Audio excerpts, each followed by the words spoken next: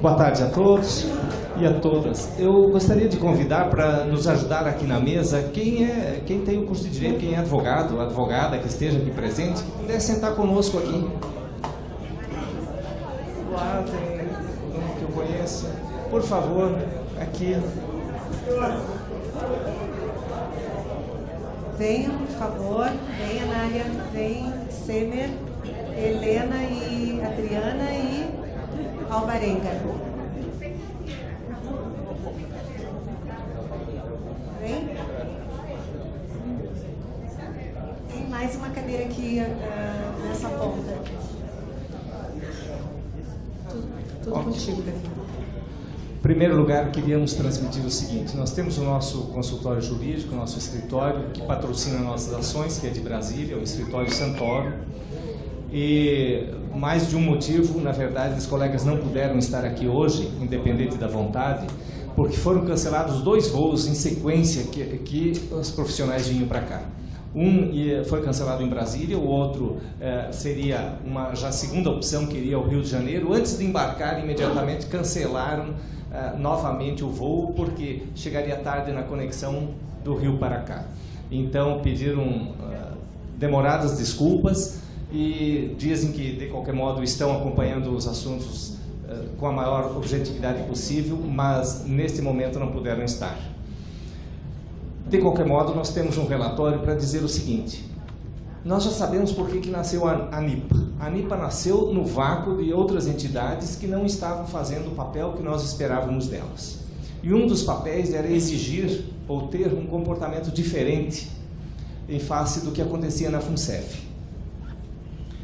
Com o surgimento da ANIPA, nós percebemos esse manancial represado de inatividade de ações judiciais, digamos assim. E usamos pedidos e ações judiciais para também, com isso, subsidiar um mecanismo para que a própria presidência e diretoria da FUNCEF, bem usando esse mecanismo, possa exigir de quem de direito, seja da Caixa, seja dos patrocinadores, seja dos administradores, das empresas que fraudaram os fundos ou de próprios fundos, a reposição, a indenização dos valores. Então existe a ação civil pública, que eu passo o número, é 0033834. Eu vou repetir esse começo, se alguém quiser anotar para acompanhar, porque tramita na Justiça Federal de Brasília, IRF da Primeira Região, com esse número, 0033834 52 2016 401 3400. Gente, sim, tá no nosso site. Isso, está no nosso site. Procurem lá em notícias, tá? As mais antigas têm a notícia do dia que nós ajuizamos, do dia que nós ganhamos a liminar, do dia que nós perdemos a liminar. Procurem lá em notícias, de 2016 a notícia. Eu tenho tudo também. Perfeito. E é uma ação de peso, eu diria. Uma ação que ela envolve muitas pessoas, muitos ex-administradores e dirigentes. Ela se dirige contra a FUNCEF, contra a Caixa, a Sete Brasil, StarCraft, um fundo, Jackson, OAS, a própria FENAI, com o devido respeito, é entidade parceira de empregados. E o que a gente pede é o seguinte: essas entidades, algumas entidades, receberam dinheiro da FUNCEF. Nós avaliamos tecnicamente que a FUNCEF não poderia patrocinar ou distribuir dinheiro dela, que não é dela, que é dos planos, para seja o que for, para repassar para entidades. Então se pede que devolvam. Não temos nada e também não temos nenhuma rusga pessoal com ninguém. Não há nada disso, é apenas profissionalmente o assunto é tratado. Eu até diria assim, sem maiores paixões, é um assunto técnico. Recebeu um dinheiro que não deveria ter recebido, devolva e continuamos amigos. Não é? Enquanto não devolver, temos os pedidos judiciais. A Par Soluções, Par Facilities, Guilherme Narciso de Lacerda, Carlos Alberto Caser, Demóstenes Marques, Maurílio Marcelino Pereira, Carlos Augusto Borges, Humberto Pires Graut Viana de Lima. É a única pessoa não citada. Se alguém puder nos ajudar para achar o endereço, vai nos ajudar bastante, porque nós vamos passar esse endereço para nossos advogados para pedir a citação dele. A única pessoa não citada é Humberto Pires Graut Viana de Lima. Outro demandado é Geraldo Aparecido da Silva, José Carlos Alonso Gonçalves, Sérgio Francisco da Silva, Antônio Braulio de Carvalho, Luiz Felipe Pérez Tonelli e Renata Maroto. É uma ação civil pública na qual a ANIPA pretende o reconhecimento de que a cobertura dos resultados negativos observados no âmbito da FUNCEF, traduzidos em seguidos déficits, somente declarados de forma gradual, porque a norma assim impõe, não pode ser atribuída aos participantes, exceto no que diga respeito a questões diretamente vinculadas a oscilações de mercado. Então é isso, nós entendemos o seguinte: o que há de problemas contingenciais, o que há de problemas, vamos dizer, de mercado, é nosso. Mas o que houve de irregularidades, de má gestão, de malversação, não é nosso. Essa conta não nos pertence. E essa depuração que queremos fazer. O andamento desta ação já é de conhecimento todos, apenas reprisando. Nós tivemos a liminar deferida pela juíza primeiro grau, da primeira vara de Brasília, federal. E depois o tribunal, atendendo a recursos da Caixa e da FUNCEF, cassou essa liminar, por um voto só do relator. São 3 desembargadores que votam, um decidiu. E, ao que nos consta, é um desembargador com perfil que demora a decidir o mérito, ou levar para a turma julgar. Então já existe o recurso nosso para que seja levado à turma para apreciar isso e para ver se decide, se nos libera ou não, enfim, para não pagar, se devolve a liminar para a gente. Nós temos, a par disso, tivemos uma outra ação em nível jurídico, porque nós, em determinados momentos, produzimos artigos onde se denunciava de uma forma ou de outra. E teve também uma ação, então, de indenização, que foi por danos morais, que a própria FENAI ingressou contra a ANIPA. Porque se lançou um assunto onde se criticava, uma crítica, vamos dizer assim, bastante contundente, escrita por nós, pela diretoria, com o respaldo da diretoria, digamos assim, e foi julgada improcedente em primeiro grau, e veio o tribunal e novamente confirmou a improcedência da ação, acolhendo o dever de livre expressão. Se nós não pudermos nos manifestar, nos queixando, reclamando, porque usaram mal o nosso dinheiro, fizeram o que fizeram, o que pode ser feito? Não é? Só lembrando, Davi, que o pedido deles incluía retirar todas as publicações que nós tínhamos feito citando a FENAI do nosso site. E, claro, não foi acolhido, porque foi entendido até como uma tentativa de censura. Uma coisa bem antiga, né? Mas, vez por outra, aparece. Isso, e é o mesmo escritório que nos defende. Nós estamos trabalhando em inúmeras ações já aprovadas na nossa Assembleia anterior, que elas exigem sempre um grau muito aprofundado de estudo técnico e de busca de material, inclusive porque nós não temos a melhor das transparências. Se nós tivéssemos acesso a toda a documentação, muitas ações poderíamos trabalhar mais rapidamente. Por quê? Porque nós compreendemos que administrativamente não é atendido. Então, se coloca no judiciário para quê? Diante da impossibilidade de as partes chegarem a um acordo, alguém precisa resolver aquele litígio. Há uma ação que tem nos preocupado bastante e que impacta bastante o nosso, vamos dizer, inclusive a recomposição, os próprios aportes adicionais que estão sendo feitos, que é o contencioso trabalhista, assim chamado. Nós estamos com a ação no prelo, praticamente pronta para ajuizar. Nós esperamos esse evento porque nós queríamos também fazer um debate adicional em cima dela. E o que nós compreendemos? Nós compreendemos que o principal da ação do contencioso trabalhista, ele se resolve em reclamações de empregados em face da empregadora. Muito bem, o que tem a entidade previdenciária, que é a FUNCEF, a ver com o litígio entre empregado e trabalhador? Parece que nada. Mas muitas das ações são postas onde o reclamante, que é o nosso colega, eu vou até dizer nós mesmos, né? Ingressamos com uma ação e o advogado inclui no polo passivo tanto a Caixa quanto a FUNCEF. E a ele, muitas vezes, ou aos profissionais, interessa obter a condenação e o pronto ressarcimento, e não interessa de onde venha. Nós avaliamos assim que a FUNCEF, ela poderia estar com uma única condição no polo de qualquer ação. Seria o seguinte: eu vou receber o dinheiro que é devido pela Caixa, se devido e quando devido, conforme a condenação, e vou administrar esse dinheiro. Eu vou transferir esse dinheiro para o fundo, para o plano daquela pessoa, daquele reclamante. ela na verdade é parte ilegítima, que a gente chama, para estar respondendo por esses reflexos. Então, a nossa ação pode ajudar bastante a diretoria da FUNCEF e da própria Caixa a resolver o problema, na medida em que a gente diz, exijam reciprocamente, FUNCEF da Caixa, o cumprimento da sua parte enquanto empregadora, e a Caixa cumpra a sua parte, que a própria lei manda, que a Caixa, enquanto empresa pública, deve cumprir as leis. Ela não pode se omitir para dizer o seguinte, um débito que é todo dela, dizer não, é da FUNCEF. Soa, no mínimo, imoral, não é? E atenta contra o princípio não só da legalidade, mas da moralidade pública. Porque eu não vou ir além para dizer o seguinte, mas pode parecer que estivesse a Caixa se beneficiando de um valor que é devido por ela, fazendo com que a FUNCEF pague. E, na verdade, impondo, então, um sacrifício adicional para, não só a FUNCEF, mas para todos os participantes e assistidos.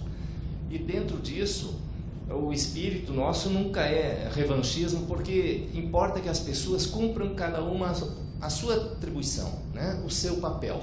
Não temos nada contra ninguém, mas também a intenção é não deixar que nos tome o que não pode ser tomado. Nossa contribuição adequada e devida haverá de ser paga se devida. Para isso, em primeiro lugar, se quer depurar. Então, nós estamos com essa e estamos também, como se disse, com outros itens de ação já aprovada na Assembleia em março do ano passado ainda, para que, paulatinamente, vá se saneando isto. Eu digo-lhes que fiquei muito contente com a fala do nosso gerente da FUNCEF, gerente jurídico, porque percebi ali uma depuração do que aparentemente o que ele nos passou, havia um descontrole grande, e que aparentemente estamos entrando numa nova era com depuração, com unificação de procedimentos, com um rigorismo que nós mesmos gostaríamos que fosse assim feito desde sempre. Eu queria só complementar para dizer que os assuntos jurídicos basicamente são esses, mas que... Pois não, o imposto de renda sobre a contribuição extraordinária, né? Só reforçando aquela posição que nós obtivemos, né? Sim. Nos preocupa muito porque essa contribuição adicional, os aportes adicionais, eles impactam diretamente no nosso imposto de renda, no valor a pagar, não é? Representam diminuição de renda. E nós pensamos que efetivamente seria muito injusto nós pagarmos imposto de renda novamente sobre esses valores.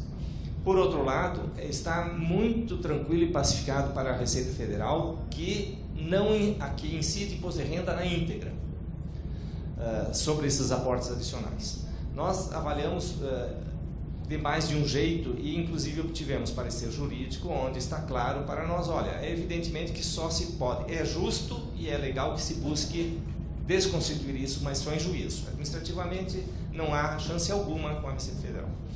Aí entra não só a capacidade operacional da ANIPA, mas entra o nosso estatuto também. Nós estamos, vamos dizer assim, armados e preparados com um instrumento contratual, o estatuto, para defender no que tange aos planos da FUNCEF. E até por quê? Porque se nós abrirmos muitas frentes, nós não damos conta. Então nós avaliamos, existem sim muitas entidades que podem tocar isso talvez com mais tranquilidade. Por outro lado, o próprio estudo jurídico ele nos revelou que não é aconselhável que se entrasse com uma ação coletiva, ação civil pública, porque o próprio judiciário olha isso com muita reserva, com muita dificuldade e nos exemplos buscados julgou improcedentes, dizendo que precisa ser as pessoas entrando lá, cada um buscar o seu direito individualmente, que na Justiça Federal é em grupos de até 10 pessoas.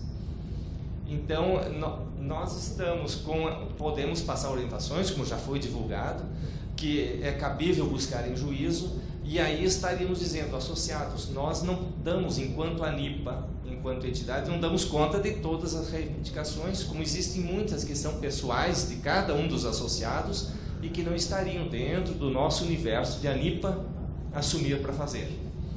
Então, também esse aspecto de que consideramos absurdamente cobrável esse valor, quer dizer, um valor que deveria ser naturalmente dedutível, também entra naquela margem de dedução de até 12%, que se pode deduzir, é considerado pela Receita um benefício fiscal, assim como com outro exemplo que é o salário e educação, se paga o colégio, a faculdade 10 vezes mais e se pode abater uma parcela, 10%. Né? Então essa não deixa de ser também, vamos dizer assim, é legal, mas aparentemente injusta, porque se pagam outros tributos, não se deveria precisar pagar escola para os filhos. Então, dentro disso, dizer que o nosso empenho é também em agilizar, depende sim do judiciário. Essa primeira ação é uma ação muito substanciosa, embora ficou uma ação pesada, ela tem muitos réus, mas ela é uma ação que haverá de também razoavelmente ter um caráter pedagógico muito preciso, que possivelmente muitos outros gestores pensarão antes de tomar medidas inadequadas, para não dizer ilegais, no sentido de que não devem fazer isso, precisam se comportar, como eu vou lhes dizer, como nós vimos o pessoal aqui se comprometendo a dizer o seguinte: nós trabalhamos dentro da lei, nós não vamos trabalhar na ilegalidade. Então, pelo menos no que tange ao aspecto formal, nós temos esse compromisso das pessoas. Depois não podemos, evidentemente, responder pelo comportamento das pessoas. Mas o que nós temos visto e sentido é que sim, nós estamos nos aproximando de um novo tempo, onde as coisas não ficam por muito mais tempo escondidas. E é bom que assim seja. Então se busca efetivamente a transparência, porque com transparência, né, onde há luz, tudo se vê com mais tranquilidade, e há um outro pensamento que passa, e que se a gente não puder fazer as claras, é melhor que não se fizesse.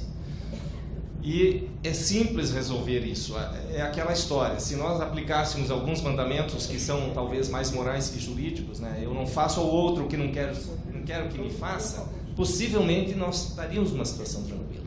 Quando todos indo para o tempo de aposentadoria com tranquilidade, precisamos nos voltar para dizer que há vida, e finalizo dizendo a vocês, e é bom ver muita vida em muita gente que já está aposentada, mas está aqui cheia de coragem, cheia de luta, Brasil afora, e essa força tem sustentado a ANIPA e seguramente vai fazer com que tenhamos campanhas muito exitosas. Muito obrigado.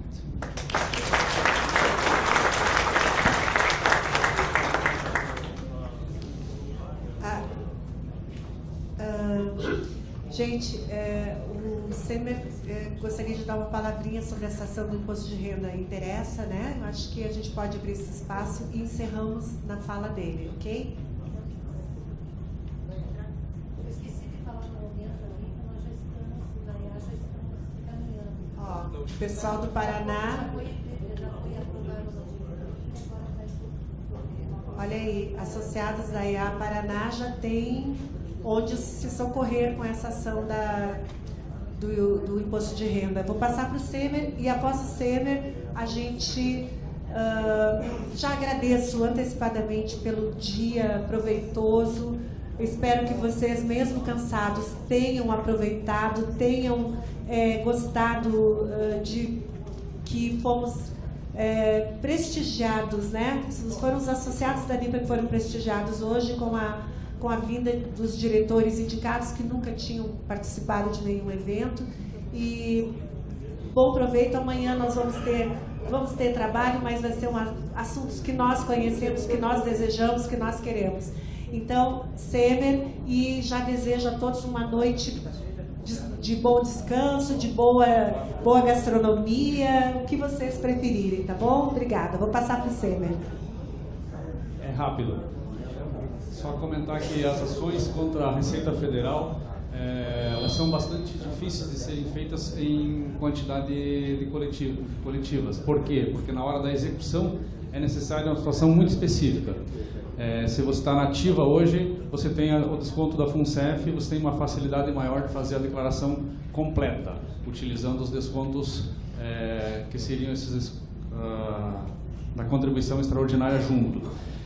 Quem já está aposentado e não tem dependentes ou não tem despesas suficientes que ajudam a fazer a declaração no ajuste completo e utilizam normalmente da simplificada para fazer, já é uma outra relação. Agora, esse ano, a partir de outubro, setembro, estamos tendo aqueles 10,64% de desconto quem está na situação geral, né? aí poderá talvez valer a pena fazer a declaração completa do próximo ano em diante. Então é uma situação muito específica, de cada caso é um caso, para ver se vale a pena ou não vale a pena se enquadrar na condição de fazer pura e simplesmente como coletiva, né? Então eu gostaria de deixar à disposição o meu trabalho nessa área, que eu tenho bastante experiência. Desde o ano 2000 eu trabalhava com a AGCEP lá em Santa Catarina, fazendo cálculos nos processos judiciais. A gente iniciou com 269 colegas, com 48 ações coletivas, algumas ações com 5, outras com 10, outras com 12 colegas, contra a Receita Federal naquela parte do imposto de renda sobre a PIP, licença-prêmio e férias vendidas, né? Tributação, a bitributação, a tributação sobre a indenização.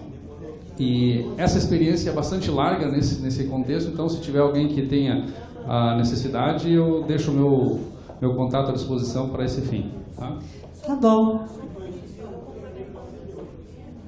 O que você falou, Evandro Amber divulgou uma nota semana passada dizendo exatamente isso, que ações coletivas, no caso tributárias, são inviáveis. Eu posso contribuir nesse sentido daí depois, pela experiência. Tá? Sou advogado também desde 2006, mas já atuava com isso desde o ano 2000. A gente amanhã coloca o telefone do Semer, faz uma transparência ali, que daí fica para todo mundo. Gente, até amanhã às 9 horas, tá? Tudo de bom. Boa noite.